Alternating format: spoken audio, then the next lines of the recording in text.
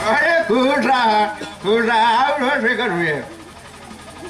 ठीक बा पंडित जी, आप यहाँ कैसे आई नहीं हैं?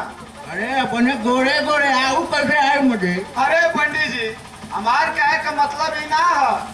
हमार कहे का मतलब ही है कि आप कौनो यहाँ काम से नहीं है। अरे हाँ जजमान, तोहरे बरकाल बेटुआ के एक से रिश्ता लेके आयल बानी। अरे पंडित जी, आप केकर बात करत हैं? अरे वो धर्मपुर चरचित रामू जी के।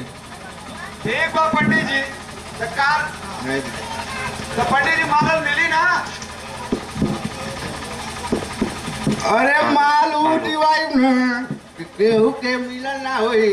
अरे ठिकड़ी दिवाई, अंगूठी दिवाई और घड़ी दिवाई और मोटर फूटो दिवा दे और 50,000 रुपया तिलक दिवाई और मारो हिला समझिनो तो दिवाई दे।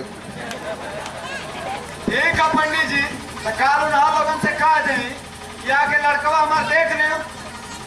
अच्छा ठीक है, तो हम चलत रही। ठीक है पंडित जी, प्रणाम। अरे तनी देखा बिया करावट कुछ दान दक्षिणा दिवा दे। ठीक बा पंडित जी, दान दक्षिणा कुल ले ले।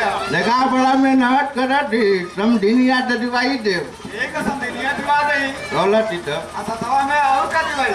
अरे वो तो वो दिन देखल ना जाई। ठीक बा पंडित जी, प्रणाम।